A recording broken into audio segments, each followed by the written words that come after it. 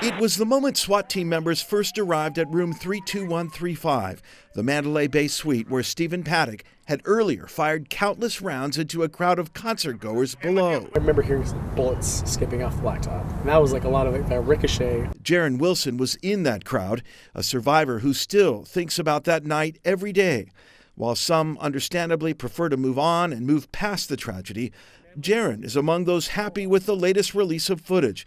He calls it an opportunity to learn and grow. What could we have done more? What could could we have X, Y, and Z? Other departments, other cities. I mean, I think there's definitely is a wealth of things to learn from how and pros and cons. Okay, we got one suspect down, 419 inside. This is clear. No. This is clear. Okay, what was the shots fired in here?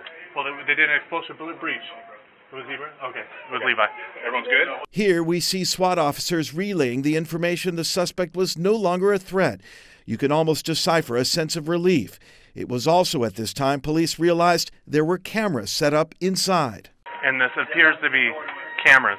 Only a small portion of the evidence that will soon be made public, but in some ways, according to retired Metro Detective Phil Ramos, the most important. This was a primary focus of the attack on this shooter, and I think that was probably the most compelling video that we'll probably see. Compelling and hopefully useful for Jaron and others who still have many questions.